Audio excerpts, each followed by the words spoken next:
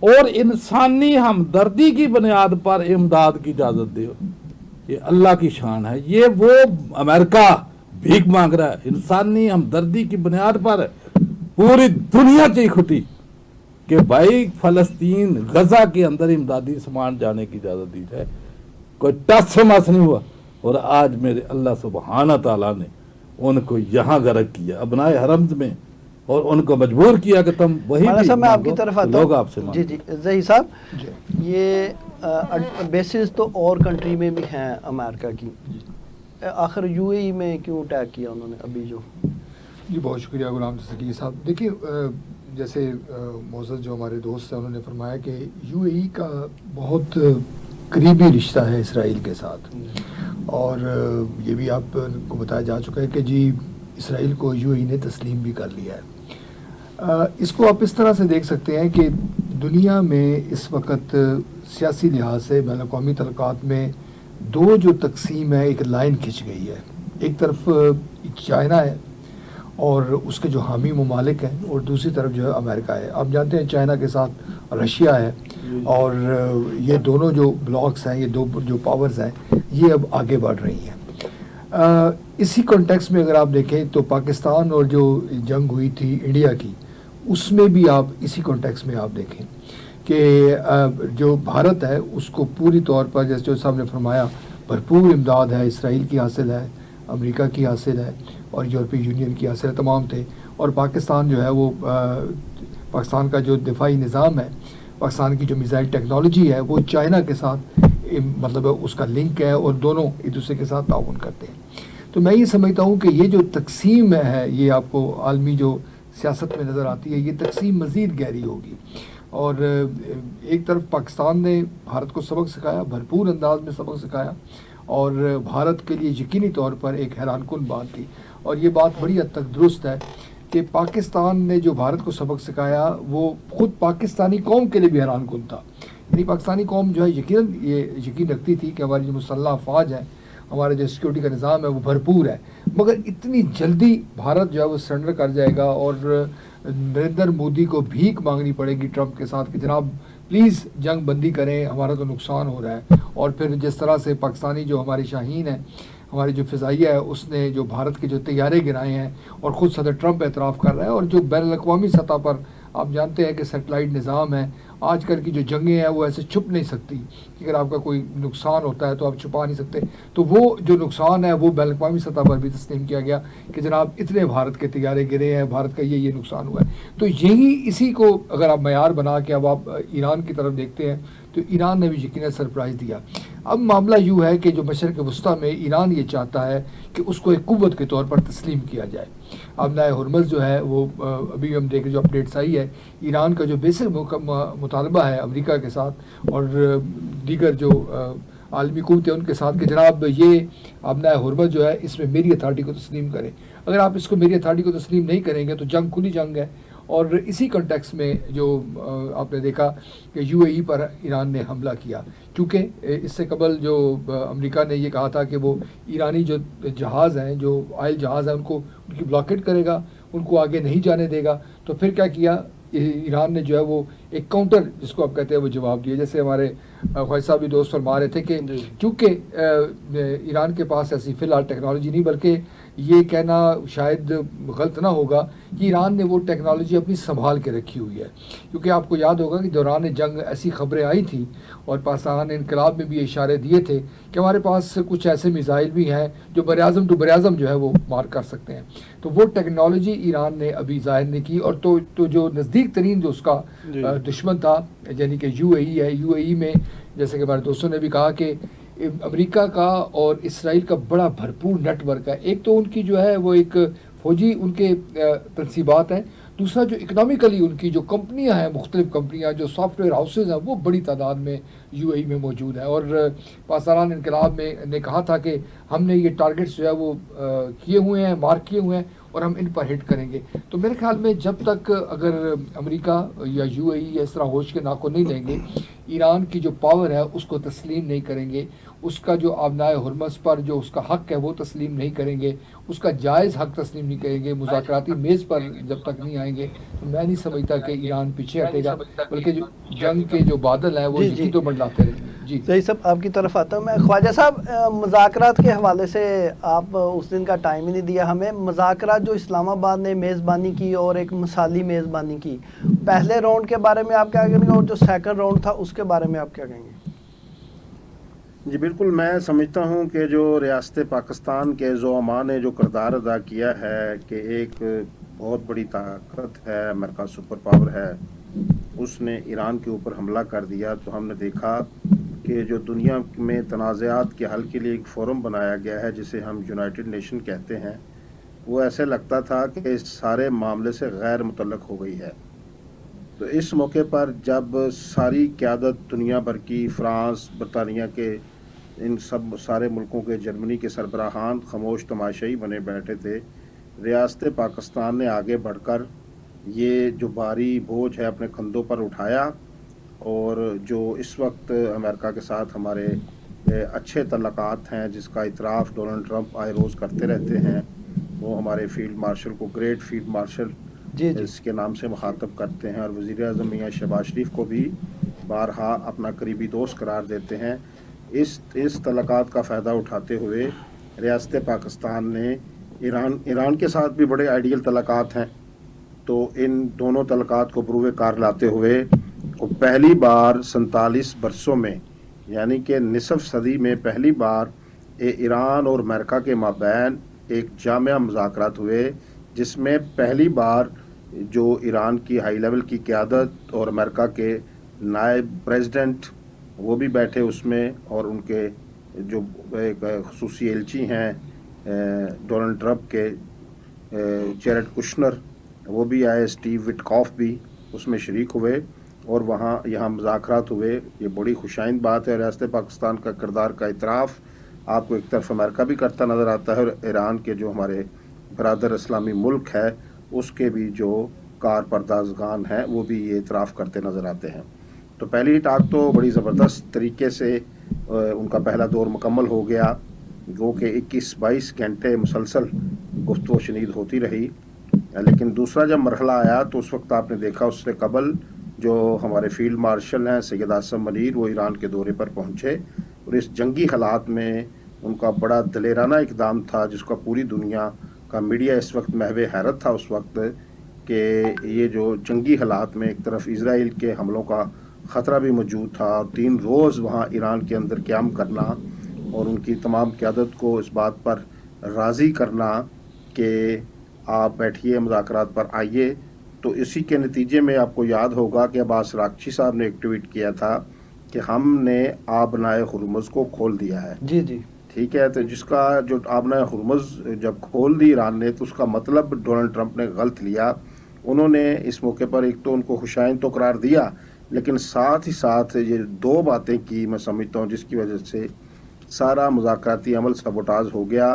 پہلی بات تو یہ تھی کہ انہوں نے کہا کہ ایران نے آبنائے ہرمز کھول دی ہے، لیکن میں آبنائے ہرمز کی بلکہ ایرانی بندرگاہوں کی ناکہ بندی جاری رکھوں گا. اس بیان نے وہاں بڑی تشویش پیدا کی ایران کے اندر. اور دوسرا جو بیان تھا کہ ایران جو اپنی یورینیم ہے وہ امریکہ کے حوالے کرنے پر راضی ہو گیا ہے. اس بات پر ایران کے جو زعماء ہیں ان میں بڑی تشویش پائی گئی، اور انہوں نے فوری طور پر جو آبنائے ہرمز کی ناکہ بندی اس کا جو کنٹرول ہے دوبارہ سنبھالنے کا اعلان کر دیا. جی جی تو اس کے بعد سے تنازع جو ہے وہ مزید بڑھ گیا، اور جو مذاکرات کا دوسرا دور پاکستان میں ہونا تھا وہ نہیں ہو سکا. تو اب بھی ریاست پاکستان اس میں خاموش سفارت کاری کے ذریعے کردار ادا کر رہی ہے، جس کی پہلی مثال یہ ہے کہ جو الاسکا جو بحری جہاز تھا ایران کا جو قبضے میں لیا تھا امریکہ نے، وہ الاسکا اور اس کا عملہ 22 ارکان پر مشتمل ان کا سٹاف وہ پاکستان کے حوالے کیا. انہوں نے پاکستان نے ایرانی جو اس جہاز کا عملہ تھا اس کو ایران کے حوالے کر دیا، اور جہاز ابھی تک پاکستان کے اندر موجود ہے.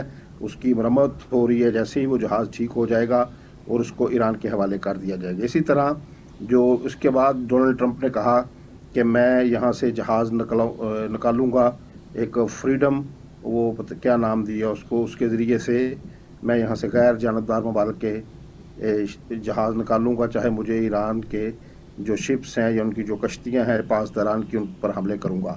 لیکن پھر وہ اس میں جو وزیر اعظم پاکستان ہیں میاں شہباز شریف، انہوں نے کردار ادا کیا، انہوں نے ایک ٹویٹ کے ذریعے مطالبہ کیا، اور وہ مطالبہ بھی ڈونلڈ ٹرمپ نے مان لیا کہ وہ اب اس میں مداخلت نہیں کرے گا۔ اب جو تازہ خبریں آ رہی ہیں، 14 جو نکات ہیں، نکات پر مشتمل ایک تجاویز کا مسودہ جو ہے وہ کہا جا رہا ہے کہ ریاست پاکستان کے حوالے کیا ہے امریکہ نے، اور پاکستان نے وہ ایرانی زعما کے حوالے کر دیا ہے، اس پر بات چیت جاری ہے۔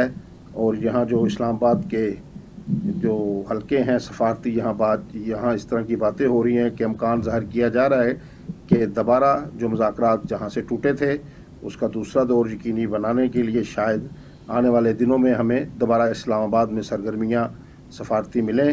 اس حوالے سے بڑے پر امید ہیں جو حکومت پاکستان کے جو اس معاملے کو دیکھ رہے ہیں لوگ، وہ اس والے سے کافی امید سے ہیں کہ یہ کام انشاءاللہ العزیز اسی ماہ میں مئی کے دوران، اور بلکہ اگلے ہفتے کی بات کر رہے ہیں، لیکن چلو ایک ہفتہ ہو گیا یا دوسرے ہفتے، وہ دیکھ رہے ہیں کہ دوبارہ جو انہوں نے جو پہلی جو تجاویز دی تھی ایران نے، اس کو ڈونلڈ ٹرمپ نے مسترد کر دیا تھا، پھر امریکہ نے کچھ تجاویز بنا کے وہ بھیجی ہیں، اور امید یہی کی جانی چاہیے جس طرح ہمارے مہمان گفتگو کر رہے تھے کہ امریکہ جو ہے اس جنگ سے نکلنا چاہتا ہے، کافی نقصان اٹھانا پڑا ہے اس کو، اور وہ پوری طاقت کے باوجود دنیا کے تمام ملک کو اپیلیں کر کے تھک گئے ڈونلڈ ٹرمپ کہ آئیے آبنہ ہرمز کو کھولیے، لیکن کوئی بھی ان کا ساتھ دینے کے لیے تیار نہیں ہوا۔